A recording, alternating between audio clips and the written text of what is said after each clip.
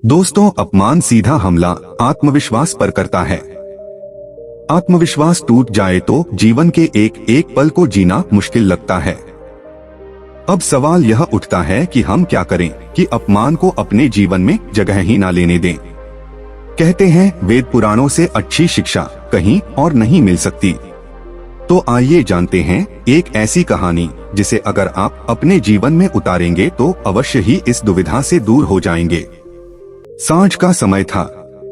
महात्मा बुद्ध एक शिला पर ध्यान की मुद्रा में बैठे हुए थे। वह डूबते सूर्य को निहार रहे थे।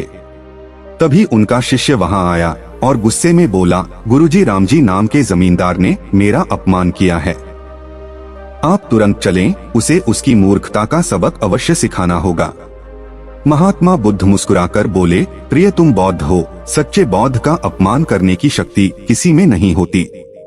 राम जी ने जो भी तुम्हें कहा तुम उस प्रसंग को भुलाने की कोशिश करो। जब प्रसंग को भुला दोगे उसके बाद अपमान कहाँ बचेगा।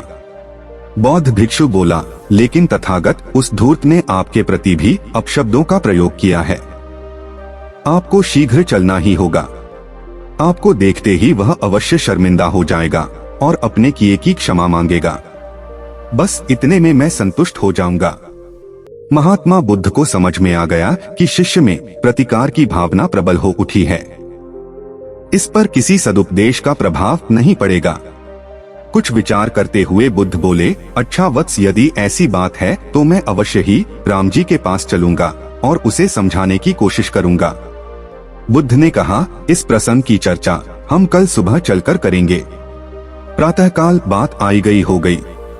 शिष्य अपने काम में लीन हो गया और महात्मा बुद्ध अपनी साधना में।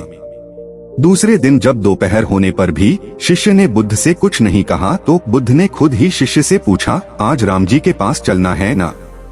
शिष्य बोला, नहीं गुरुवर। मैंने जब घटना पर फिर से विचार किया तो मुझे इस बात का आभास हुआ कि भूल मेरी ही थी। मुझे अपनी गलती पर भारी पश्चाताप है। अब राम जी के पास चलने की कोई आवश्यकता नहीं। बुद्ध ने हंसते हुए कहा, यदि ऐसी बात है तो अब जरूर ही हमें राम जी महोदय के पास चलना होगा। शिष्य ने पूछा, क्यों गुरुवर? बुद्ध ने मुस्कुराते हुए कहा, अपनी भूल की क्षमा याचना नहीं करोगे वत्स? Thanks for watching.